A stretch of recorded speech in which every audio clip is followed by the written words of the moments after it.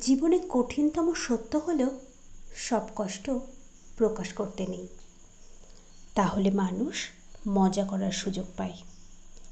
তাই যাকে তাকে কষ্টের কথা বলবেন না, কারণ যত্ন করে কাঁদানোর জন্য আপন মানুষগুলোই যথেষ্ট।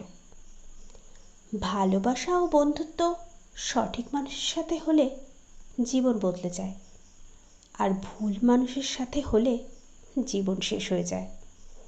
তাই সাবধান, যাকে তাকে বিশ্বাস করে বিপদে পড়ো না। সত্যি বলতে কেউ সবসময় ব্যস্ত থাকে না, তোমাকে সে গুরুত্বপূর্ণ মনে করে না বলেই সে তোমাকে ব্যস্ততা দেখায়। কাউকে ভালোবাসো বলে ভালোবাসি ভালোবাসি বলে তার পায়ে পড়তে যেও না। মনে রাখবে, ভালোবাসার থেকেও আত্মসম্মান অনেক বেশি মূল্যবান। লেখা, সংগৃহীত। কণ্ঠে আমি প্রিয়াঙ্কা। ভালো থাকবেন।